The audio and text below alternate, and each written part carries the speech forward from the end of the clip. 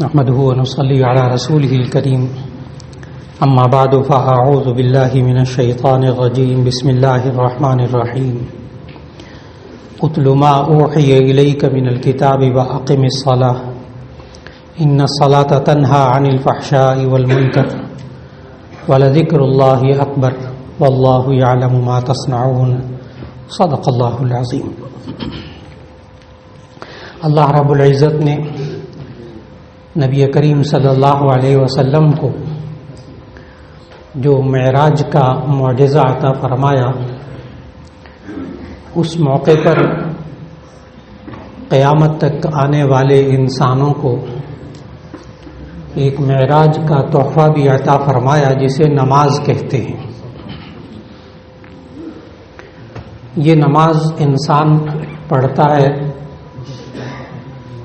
لیکن اگر اسے نماز کی حقیقت معلوم ہو جائے کہ نماز میں انسان بولتا کیا ہے، کہتا کیا ہے، پڑھتا کیا ہے، تو آپ کو حیرت ہوگی کہ ہمیں جو احادیث سے یہ بات سمجھ میں آتی ہے کہ انسان جب نماز پڑھتا ہے تو وہ اللہ سے ہم کلام ہوتا ہے، جس طرح نبی کریم صلی اللہ علیہ وسلم معراج میں ہم کلام ہوئے تھے۔ یہ بندہ نماز میں جو کلمات کہتا ہے اس کا ترجمہ اور اس کا فلسفہ، اس کی حقیقت ذہن میں رکھے تو نماز کا فلسفہ اصل میں کہتے ہیں حقیقت الشیء، کسی چیز کی حقیقت کو۔ تو اگر انسان نماز کے الفاظ، نماز کا طریقہ، نماز کے اعمال اور ان کے فلسفے کو یعنی ان کی حقیقت کو ذہن میں رکھے تو نماز پڑھتے ہوئے اسے محسوس ہوگا کہ یہ واقعی اللہ سے ہم کلام ہو رہا ہے۔ اور اس ہم کلام ہونے کے لیے اس کو پوری طرح تیار ہونا پڑتا ہے کہ یہ وضو کرتا ہے، تمام اعضاء کو پاک کرتا ہے۔ جب وضو آپ کیجئے اور ابھی بھی کر کے آئے ہیں تو جامع ترمذی کی بالکل شروع میں آنے والی ایک حدیث ذہن میں رکھ لیجئے گا کہ آپ وضو کرتے ہیں تو آپ کے ساتھ کیا ہوتا ہے۔ پھر انسان کو وضو کی اہمیت معلوم ہوگی کہ نبی کریم صلی اللہ علیہ وسلم نے ارشاد فرمایا جب انسان وضو کرتا ہے تو جب ہاتھ دھوتا ہے تو خرجت من یداہ، تو اس کے ہاتھوں سے وہ تمام گناہ نکل جاتے ہیں، بطشت یداہ، جس کا ارتکاب اس کے ہاتھوں نے کیا ہوتا ہے۔ جب انسان چہرہ دھوتا ہے تو اس کے چہرے کے گناہ معاف ہو جاتے ہیں، سر کا مسح کرتا ہے، سر کے گناہ معاف ہو جاتے ہیں، جب پاؤں دھوتا ہے تو اس کے پاؤں کے گناہ معاف ہو جاتے ہیں۔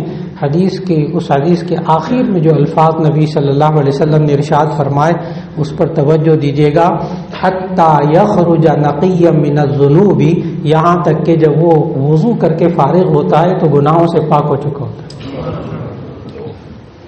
آپ وضو کرتے ہیں تو ہمارے ساتھ کیا ہوتا ہے؟ یہ انسان گناہ صغیرہ سے پاک ہو جاتا ہے۔ گناہ کبیرہ کا حل توبہ اور استغفار، مومن ہوتا ہی وہ ہے کہ اس سے گناہ ہو جائیں تو فوراً توبہ اور استغفار کر لیتا ہے۔ اب اس کے نامہ اعمال میں صرف گناہ صغیرہ رہ جاتے ہیں، اور وہ جب وضو کر کے بھی نماز نہیں پڑھی اس نے، ابھی صرف وضو کیا ہے، اس کے سارے گناہ معاف ہو گئے۔ پھر اس کے کپڑے پاک ہونا شرط ہے۔ دیکھیے گا اللہ کے پاس حاضری کے لیے، اللہ کے گھر میں حاضر ہونے کے لیے، اس سے ہم کلام ہونے کے لیے کتنی تیاری کہ جناب کپڑے پاک ہوں، جگہ پاک ہو، آپ کا جسم پاک ہو، نجاست حقیقی جو نظر آتی اس سے بھی، نجاست حکمی اس سے بھی پاک ہو، پاک صاف ہو کر یہ بندہ آ کر کہتا ہے اللہ اکبر، اللہ سب سے بڑا ہے۔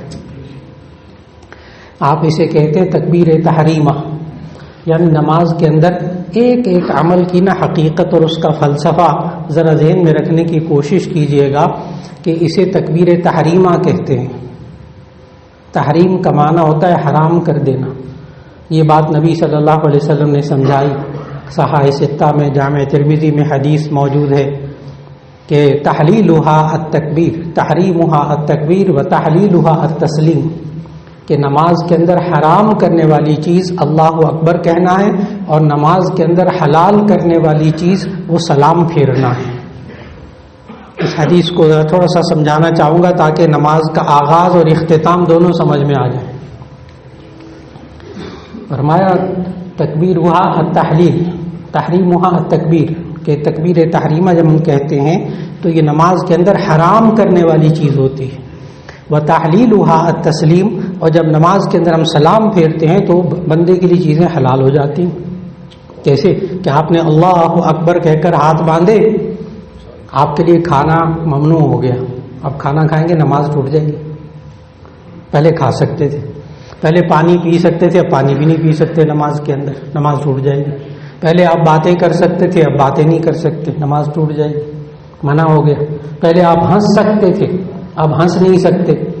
اگر صرف مسکرائیں گے تو کچھ نہیں ہوگا، اگر ضحک تھوڑی سی آواز آ جائے گی تو نماز ٹوٹ جائے گی، اور اگر جناب نماز کے اندر کہیں قہقہ لگا دیا تو وضو بھی ٹوٹ جائے گا۔ نبی صلی اللہ علیہ وسلم نے سمجھایا، تو نماز کے اندر مسکرانا بھی منع ہے، ہنسنا بھی منع، قہقہ لگانا بھی منع۔ پہلے آپ چل پھر سکتے تھے، اللہ اکبر کہنے کے بعد آپ چل پھر نہیں سکتے، چلے پھریں گے نماز ٹوٹ جائے گی۔ پہلے آپ سلام کا جواب دے سکتے تھے، کسی کو سلام کر سکتے تھے، اب نہیں کر سکتے۔ اتنی ساری چیزیں منع ہو گئیں صرف اللہ اکبر کہنے سے، کہ اب یہ بندہ اللہ کی طرف متوجہ ہے، لہٰذا وہ جو دنیا کی چیزیں مصروفیات ہوتی ہیں وہ ساری ختم، باقاعدہ حرام، باقاعدہ حرام۔ اس لیے اس کو تکبیر تحریمہ کہتے ہیں۔ ایک ایک بات پر غور کیجیے گا کہ ہم نماز میں کرتے کیا ہیں۔ حدیث کا آخری حصہ ابھی میں عرض کر دوں تاکہ وہ حدیث پوری سمجھ میں آ جائے کہ تحریمھا التکبیر و تحلیلھا التسلیم۔ اللہ اکبر کہنا یہ نماز کے اندر حرام کرنے والی چیز ہے، یعنی وہ چیزیں ممنوع ہو گئی۔ اور آپ کو معلوم کہ جو ہی آپ جمعے کی نماز پڑھ کے سلام پھیریں گے، ساری چیزیں جتنی ممنوع تھیں، باتیں کرنا، کھانا پینا، چلنا پھرنا، سلام کرنا، سلام کا جواب دینا، ہنسنا، سب جائز ہو گیا، سب حلال ہو گیا۔ تو وہ تحلیلھا التسلیم، سلام پھیریں گے تو سب چیزیں حلال ہو جائیں گی۔ یہ نبی صلی اللہ علیہ وسلم نے نماز کا اختتام اور نماز کا آغاز دونوں کی حقیقت بتائی، ہم کرتے کیا ہیں۔ پھر اس کے بعد یہ ہاتھ باندھ کے تو سبحانک اللہم پڑھتا ہے، یعنی اللہ کی تعریف کرتا ہے، اس لیے اس کو ثنا کہتے ہیں۔ ثنا کہتے ہیں زبان سے تعریف کرنا، اور ہم کیا کہتے ہیں؟ سبحانک اللہم و بحمدک، اے اللہ تیری ذات پاک ہے، ہر عیب سے پاک ہے، ہر عیب سے پاک ہے، و بحمدک، ساری تعریفیں تیرے لیے ہیں۔ وتبارک اسمک، تیرا نام بڑا بابرکت ہے۔ وتعالی جدک، تیری بزرگی بڑی بلند ہے۔ ولا الہ غیرک، تیرے علاوہ کوئی معبود نہیں۔ یہ انسان اللہ کی تعریف کرتا ہے، اور پھر اس کے بعد یہ انسان اعوذ باللہ بسم اللہ پڑھتا ہے۔ کیوں؟ میں نے عرض کیا کہ ہمیں نماز کے اندر ایک ایک عمل کی حقیقت یعنی اس کا فلسفہ سامنے رکھنا ہے۔ فلسفہ کہتے ہیں کسی چیز کی حقیقت کو۔ ہم اعوذ باللہ پڑھتے ہیں، بسم اللہ پڑھتے ہیں کیونکہ ہم نے سورہ فاتحہ پڑھنی ہے۔ نبی صلی اللہ علیہ وسلم نے ہمیں قرآن مجید کے ذریعے اطلاع دی کہ اللہ تعالیٰ نے فرمایا اذا قرأت القرآن فاستعذ باللہ من الشیطان الرجیم، جب آپ قرآن حکیم پڑھا کریں تو شیطان سے پناہ مانگا کریں۔ اس آیت کی وجہ سے ہم اب اعوذ باللہ پڑھیں گے کیونکہ ہم نے بھی سورہ فاتحہ پڑھنی۔ ہم تعوذ کیوں پڑھتے ہیں نماز کے اندر؟ اعوذ باللہ کیوں پڑھتے ہیں؟ اس لیے کہ اذا قرأت القرآن فاستعذ باللہ من الشیطان الرجیم، جب قرآن حکیم پڑھیں تو پھر شیطان سے پناہ مانگا کریں اور اعوذ باللہ پڑھا کریں۔ اس لیے ہم اعوذ باللہ پڑھتے ہیں۔ اور بسم اللہ کیوں پڑھتے ہیں؟ اس لیے کہ ہم نے سورت شروع کرنی ہے، اور سورت شروع کرنے کے شروع میں نبی صلی اللہ علیہ وسلم نے بسم اللہ سکھائی کہ ہر سورت کے شروع میں آپ بسم اللہ پڑھا کریں۔ صرف ایک سورت ہے پورے قرآن مجید میں ایسی کہ جس کی تلاوت شروع کریں تو آپ نے بسم اللہ نہیں پڑھنی، کیونکہ اس میں وہ بسم اللہ نازل ہی نہیں ہوئی۔ بسم اللہ کے نازل ہونے کی وجہ بھی حضرت عبداللہ ابن عباس رضی اللہ تعالیٰ عنہ نے بتائی کہ انزلت للفصل بین السور، کہ یہ صورتوں کے درمیان جدائی ظاہر کرنے کے لیے بسم اللہ نازل ہوتی تھی کہ اب یہ صورت مکمل ہو گئی ہے، نئی صورت شروع ہو گئی. صرف ایک صورت سورہ توبہ، جس کے شروع میں آپ دیکھتے ہیں قرآن مجید میں بسم اللہ لکھی بھی نہیں جاتی، اور اگر وہیں سے شروع کریں گے تو پھر بسم اللہ نہیں پڑھیں گے. ہاں قراءت شروع کریں گے وہاں سے. آپ نے پڑھنا شروع کیا سورہ توبہ ہی سے تلاوت شروع کی، تب آپ بسم اللہ پڑھیں گے، کیونکہ تلاوت سے شروع سے پہلے بسم اللہ پڑھنے. لیکن اگر آپ پیچھے سے پڑھتے ہوئے آ کر سورت شروع کریں گے تو وہاں پھر سورہ توبہ میں بسم اللہ نہیں پڑھیں گے. تو آپ نے چونکہ سورہ فاتحہ پڑھنی ہے اس لیے بسم اللہ بھی پڑھیں، یہ سنت. پھر اس کے بعد سورہ فاتحہ پڑھنا شروع کرتے. آپ صحاح ستہ کی حدیث ذہن میں رکھیے گا جو سورہ فاتحہ پڑھنے کے ساتھ ساتھ میں عرض کروں گا کہ انسان جب سورہ فاتحہ پڑھتا ہے تو کیا کرتا ہے. حدیث میں موجود نبی صلی اللہ علیہ وسلم نے فرمایا جب بندہ کہتا ہے الحمدللہ رب العالمین، تمام تعریفیں اللہ کے لیے ہیں جو تمام جہانوں کا پالنے والا ہے، جب بندہ یہ پڑھتا ہے تو نبی صلی اللہ علیہ وسلم نے فرمایا کہ اللہ تعالیٰ یہ سن کر بندے کو کہتا ہے حمیدنی رب عبدی، میرے بندے نے میری تعریف کی ہے. اب دیکھیے گا آپ نے بھی اتنا کہا الحمدللہ رب العالمین الرحمن الرحیم مالک یوم الدین، یہاں تک جب پہنچے تو ایسی صورت کے اندر میرے بندے نے میری تعریف کی. اللہ کہتا ہے یہ سن کر جب بھی آپ نماز پڑھتے ہیں، ہر ایک نماز پڑھتا ہے، ہر ایک پڑھتا ہے، پوری دنیا میں پڑھتا ہے، ہر ایک کو اللہ جواب دیتا ہے ان اللہ علی کل شیء قدیر. اللہ ہر چیز پر قدرت والا، ہر ایک کی سنتا ہے، ہر ایک کی سورہ فاتحہ سنتا ہے. پھر بندہ کہتا ہے ایاک نعبد و ایاک نستعین، اے اللہ میں صرف تیری عبادت کروں گا، تجھی سے مدد مانگوں گا، خاص تیری عبادت کروں گا. اللہ تعالیٰ پتہ اس کے جواب حدیث بہت مستند صحاح ستہ کی حدیث نبی صلی اللہ علیہ وسلم نے فرمایا جب بندہ یوں کہتا ہے ایاک نعبد و ایاک نستعین، اے اللہ میں صرف تیری عبادت کروں گا، صرف تجھی سے مدد مانگوں گا، تو اللہ کہتا ہے ھذا ما بینی و بین عبدی، یہ میرے اور میرے بندے کے درمیان معاہدہ ہے. دیکھیے گا کیا کہا ہے ہم نے اپنے جملے میں، یہ میرے اور میرے بندے کے درمیان معاہدہ ہے. اللہ اس جملے کے بعد کہتا ہے، فرشتوں سے کہتا ہے، ہر روز کہتا ہے، ہر ایک کی سن کر کہتا ہے. ہم نے یوں کہا ایاک نعبد، اے اللہ ہم خاص تیری عبادت کریں گے اور کرتے ہیں، و ایاک نستعین، اور خاص ہم تجھ ہی سے مدد طلب کریں گے. اب اس کے فوراً بعد بندہ اللہ سے کیا مانگتا ہے؟ ایاک نستعین کہنے کے بعد اللہ سے بندہ کیا مانگتا ہے؟ کہتا ہے اہدنا الصراط المستقیم، اے اللہ مجھے سیدھا راستہ دکھا دے. یہ مانگا اس بندے نے، اہدنا الصراط المستقیم، اے اللہ مجھے سیدھا راستہ دکھا دے. ہمارے یہاں ہوتا ہے نا جب ہم پڑھاتے ہیں طلباء کو تو کبھی غلطی ہو جاتی ہے کسی طالب علم سے، جب ڈانٹتے ہیں کھچائی کرتے ہیں تو وہ آگے سے پتہ کیا کہتا ہے، ہو استاد جی مجھے پتہ ہی نہیں تھا، یہ ضابطہ ہے، یہ قانون ہے، یا آپ اس سے ناراض ہو جاتے ہیں ہمیں پتہ ہی نہیں تھا. ہم مزاج ہے، کسی ماتحت سے بھی کوئی غلطی ہو جائے تو وہ اکثر پہلی دفعہ تو وہ یہی کہتا ہے مجھے پتہ نہیں تھا جی.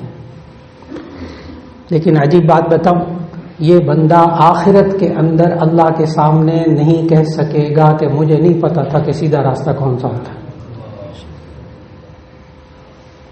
بندہ آخرت میں اللہ کے سامنے یہ نہیں کہہ سکے گا کہ مجھے نہیں پتا تھا سیدھا راستہ، مانگا تو تھا میں نے اللہ تیرے سے اہدنا الصراط المستقیم، مجھے سیدھا راستہ دکھا دے. اس لیے کہ یہ ہر نماز کی ہر رکعت میں خود منہ سے نکالتا ہے کہ سیدھا راستہ کون سا ہے، غلط راستہ کون سا. آگے کیا پڑھتا ہے بندہ، اہدنا الصراط المستقیم، اے اللہ مجھے سیدھا راستہ دکھا دے. اور پھر بندہ پتہ کیا کہتا ہے، آگے سے پڑھتا ہے صراط الذین انعمت علیہم، ان لوگوں کا راستہ جن پر تو نے انعام کیا، غیر المغضوب علیہم ولا الضالین، ان لوگوں کا راستہ نہیں جو کہ جن پر تیرا غضب نازل ہوا اور جو بھٹک گئے. یہاں مفسرین نے لکھا کہ مغضوب علیہم سے مراد یہود ہیں، اور ضالین سے مراد نصارہ ہیں، جن کے اوپر اللہ نے کتاب ہدایت نازل کی، نبی بھی بھیجے، اس کے باوجود اللہ کا غضب ان پر آیا اور وہ بھٹک گئے۔ تو اس کو یہ بھی پتا ہے کہ سیدھا راستہ کون سا ہوتا ہے۔ سیدھا راستہ وہ ہوتا ہے جن پر اللہ نے انعام کیا، اور غلط راستہ کون سا ہوتا ہے جن سے اللہ ناراض ہوتا ہے، جن پر غضب نازل ہوتا ہے۔ میں نے بتایا نا، ہمارے طلبہ تو کہہ دیتے ہیں وہ استاد ہمیں تو پتہ ہی نہیں تھا، لیکن وہاں آخرت میں نہیں کہہ سکے گا کہ مجھے سیدھے راستے کا نہیں پتا تھا، سیدھا راستہ کون سا ہوتا ہے۔ اب وہ لوگ کون سے ہیں؟ اب اس نے ہدایت مانگی، ہدایت مانگی، آگے پھر آپ تلاوت شروع کرتے ہیں الف لام میم سے۔ اور کیجئے گا یہ کیا پڑھتا ہے پھر، الف لام میم، ذالک الکتاب لا ریب فیہ ھدی للمتقین، یہ کتاب جس میں کوئی شک نہیں، یہ پرہیزگاروں کے لیے ہدایت ہے، رہنمائی ہے۔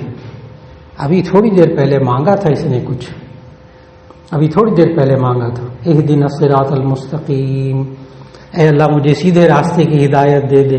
اس نے ہدایت مانگی، اللہ نے آگے پورا قرآن دے دیا، پورا قرآن۔ پتہ کیا کہا؟ ذالک الکتاب لا ریب فیہ ھدی للمتقین، یہ کتاب جس میں کوئی شک نہیں ہے، پرہیزگاروں کے لیے ہدایت ہے۔ ابھی ہدایت مانگی تھی نا آپ نے، اللہ نے ساری ہدایت دے دی، ہدایت مکمل ہو گئی۔ یہ انسان ساتھ سورہ فاتحہ کے ساتھ سورت بھی ملاتا ہے،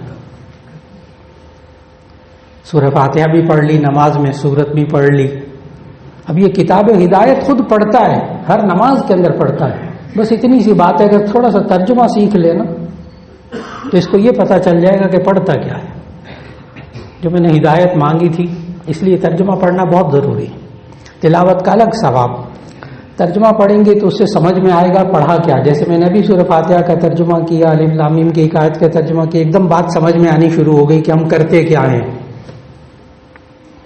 پھر یہ انسان اللہ اکبر کہہ کر رکوع میں چلا جاتا ہے، وہاں جا کر کہتا ہے سبحان ربی العظیم۔ عجیب بات ہے، یہ رکوع میں جا کر کہتا ہے سبحان ربی العظیم، اور سجدے میں جا کر کہتا ہے سبحان ربی الاعلی۔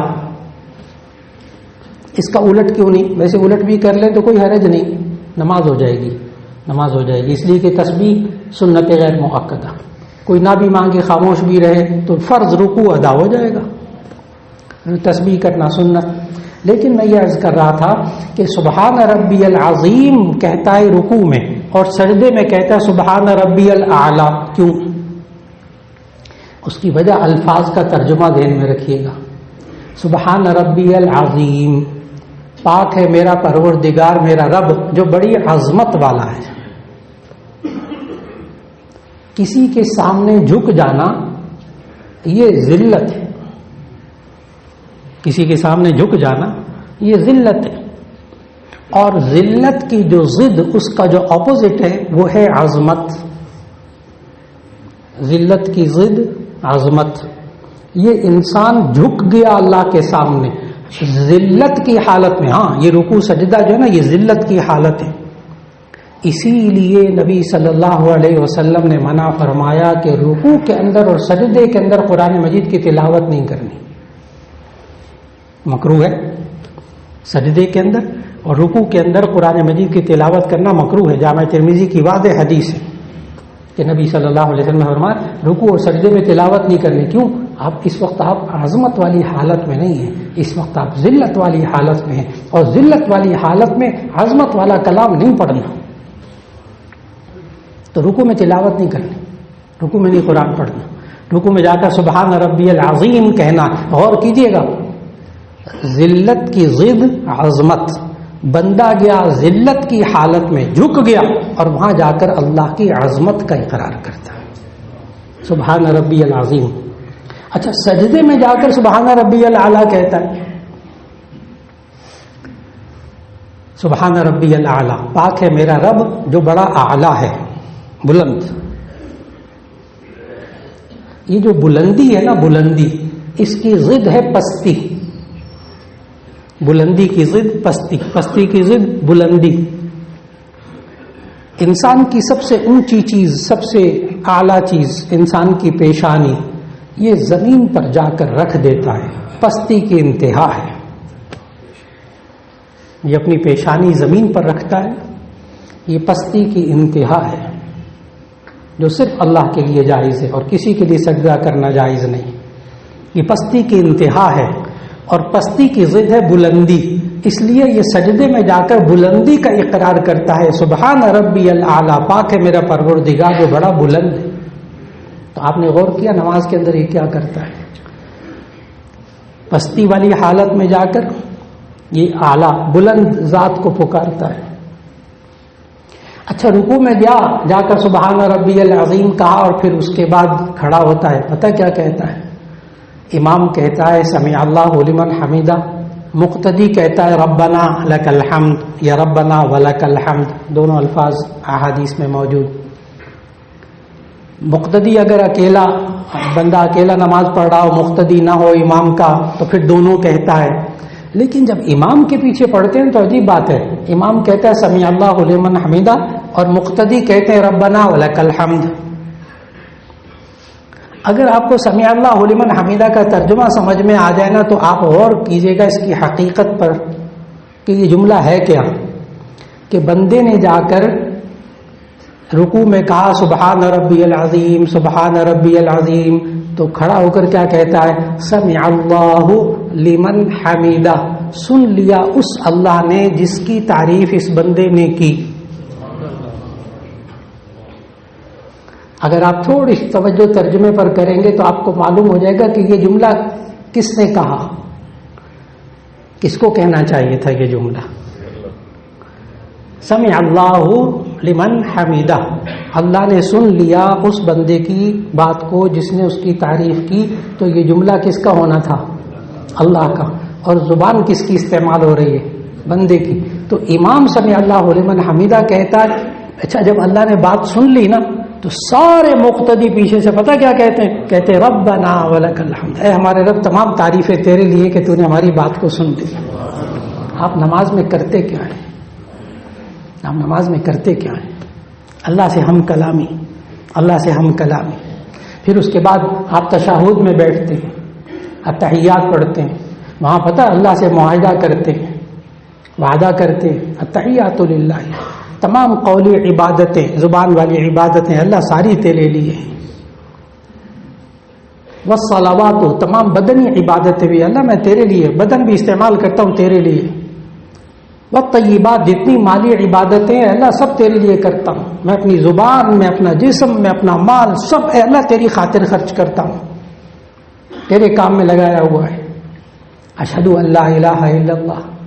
پھر اس کے بعد تحیات للہ والصلوات والطیبات. پھر نبی صلی اللہ علیہ وسلم پر سلام بھیجتا ہے، سلام بھیجتا ہے. السلام علیک ایھا النبی ورحمۃ اللہ وبرکاتہ. پھر تحیات کے بعد یہ درود شریف بھی پڑھتا ہے. پتہ ہے کیا کرتا ہے؟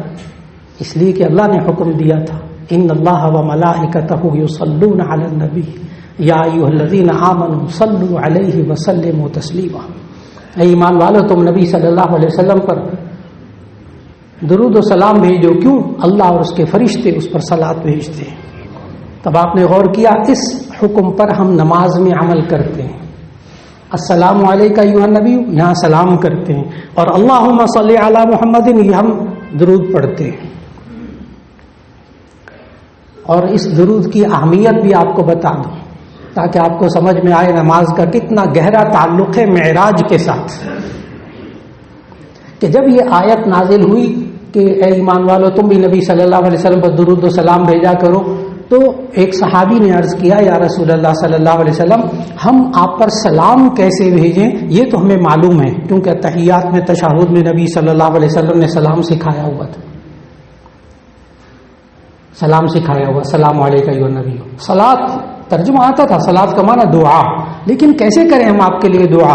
اس سوال کے جواب میں نبی صلی اللہ علیہ وسلم نے درود ابراہیمی سکھایا. اللہم صلی، یہ جو آپ نماز میں درود پڑھتے ہیں یہ اس آیت کے نازل ہونے کے بعد نبی صلی اللہ علیہ وسلم سے صحابہ نے سوال کیا کہ ہم کیسے درود پڑھیں آپ پر، کیسے صلاۃ بھیجیں، تو اس پر نبی صلی اللہ علیہ وسلم درود ابراہیمی سکھایا، اللہم صلی علی محمد وعلی آل محمد کما صلیت علی ابراہیم وعلی آل ابراہیم انک حمید مجید۔ کبھی سوچیں گے بیٹھ کر، آپ سوچتے ہوں گے اتنے سارے انبیاء ہیں لیکن اس کو درود ابراہیمی کہتے ہیں، تو سارے اتنے انبیاء میں سے صرف ابراہیم علیہ السلام پر کیوں درود بھیجتے ہیں؟ محدثین نے اس کی وجہ بھی لکھی، اتنے سارے انبیاء ہیں تو حضرت ابراہیم علیہ السلام پر خاص طور پر درود کیوں بھیجتے ہیں؟ اس کی وجہ محدثین نے لکھی کہ جب نبی صلی اللہ علیہ وسلم معراج کے موقع پر ساتوں آسمانوں سے واپس تشریف لا رہے تھے، مستند حدیث، جب ساتوں آسمانوں سے واپس تشریف لا رہے تھے، جب ابراہیم علیہ السلام سے ملاقات ہوئی تو ابراہیم علیہ السلام نے نبی صلی اللہ علیہ وسلم پر درود بھیجا اور نبی صلی اللہ علیہ وسلم کی آل پر درود بھیجا۔ نبی صلی اللہ علیہ وسلم کا قیامت تک اب ابراہیم پر ان کی آل پر تم درود بھیجا۔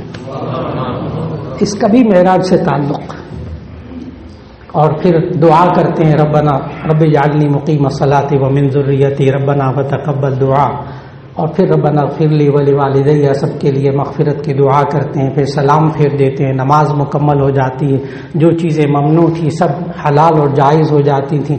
بس اتنا سا عرض کرنا تھا کہ نماز یہ مومن کے لیے معراج کا تحفہ ہے، پڑھتا 5 ہے، ثواب 50 کا ملتا ہے۔ اللہ رب العزت ہم نے جس طرح آج نماز کو سمجھا، اس کے الفاظ کو سمجھا، اللہ ہم میں سے ہر ایک کو پورا قرآن سمجھنے کی توفیق عطا فرما دے۔ وآخر دعوانا ان الحمد للہ رب العالمین۔